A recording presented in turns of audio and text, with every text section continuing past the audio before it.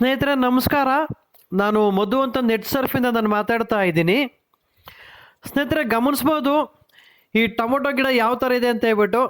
ಈ ಬೆಳಗಿನ ಜಾವ ನಾನು ಏನಕ್ಕೆ ಈ ವಿಡಿಯೋ ನಾನು ಮಾಡ್ತಾ ಇದ್ದೀನಿ ಅಂದರೆ, ಕೆಮಿಕಲ್ ಬಳಕೆ ಮಾಡಿರೋಂಥ ತೋಟ ಮತ್ತು ನಮ್ಮ ನೆಟ್ ಸರ್ಫ್ ಪ್ರಾಡಕ್ಟು ಯೂಸ್ ಮಾಡಿರೋಂಥ ತೋಟ ಏನೆಲ್ಲ ಚೇಂಜಸ್ ಇದೆ ಅದನ್ನು ತೋರಿಸ್ಬೇಕು ಅಂತ ನಾನು ಈ ವಿಡಿಯೋ ನಾನು ಮಾಡ್ತಾ ಇದ್ದೀನಿ. ಸ್ನೇಹಿತರೆ, ಜಡಗೇಳಿ ಗ್ರಾಮದಲ್ಲಿ ಮಂಜುನಾಥ್ ಅನ್ನೋರ ತೋಟದಲ್ಲಿ ಈ ವಿಡಿಯೋ ನಾನು ಮಾಡ್ತಾ ಇರೋವಂಥದ್ದು.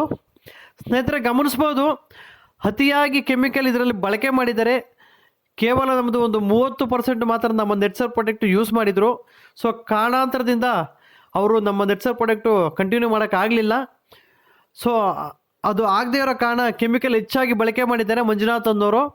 ಸೊ ಕೆಲವೊಂದು ಚೇಂಜಸ್ಸು ಯಾವ ಥರ ಇದೆ ಗಿಡದಲ್ಲಿ ಅಂದರೆ, ಕಂಪ್ಲೀಟ್ ಗಿಡ ಎಲ್ಲ ಒಂಥರ ಬಿಳಿ ಬಣ್ಣ ಅಂತ ಹೇಳ್ಬೋದು. ಕಾಯಿ ಶೈನಿಂಗ್ ಇಲ್ಲ, ಗಿಡ ಒಂಥರ ಬಿಳಿ ಬಣ್ಣ ಆಗಿದೆ.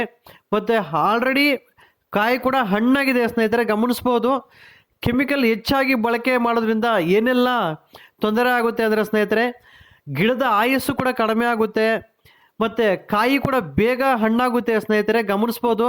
ಮತ್ತು ಅದೇ ರೀತಿ ಗಿಡದಲ್ಲಿ ಮಜ್ಜಿಗೆ ರೋಗ ಕೂಡ ಇದರಲ್ಲಿ ಸ್ಟಾರ್ಟ್ ಆಗಿದೆ. ಸ್ನೇಹಿತರೆ ಕೆಲವೊಂದು ನಾನು ಬದಲಾವಣೆ ಏನಿದೆ ನಾನು ತೋರಿಸ್ಬೇಕು ಅಂತ ನಾನು ಈ ವಿಡಿಯೋ ನಾನು ಮಾಡ್ತಾ ಇದ್ದೀನಿ ಸ್ನೇಹಿತರೆ. ಮತ್ತು ಇನ್ನೂ ಒಂದು ನಮ್ಮ ನೆಟ್ ಸರ್ಫ್ ಪ್ರಾಡಕ್ಟು ಕಂಪ್ಲೀಟ್ ಏನು ಯೂಸ್ ಮಾಡಿದ್ದಾರೆ ಆ ವಿಡಿಯೋ ಕೂಡ ನಾನು ಅಪ್ಲೋಡ್ ಮಾಡ್ತೀನಿ ಸ್ನೇಹಿತರೆ. ನೀವು ಅದನ್ನು ಗಮನಿಸ್ಬೋದು, ನೀವು ಅದನ್ನು ನೋಡ್ಬೋದು ಸ್ನೇಹಿತರೆ. ನಮಸ್ತೆ ಸ್ನೇಹಿತರೆ.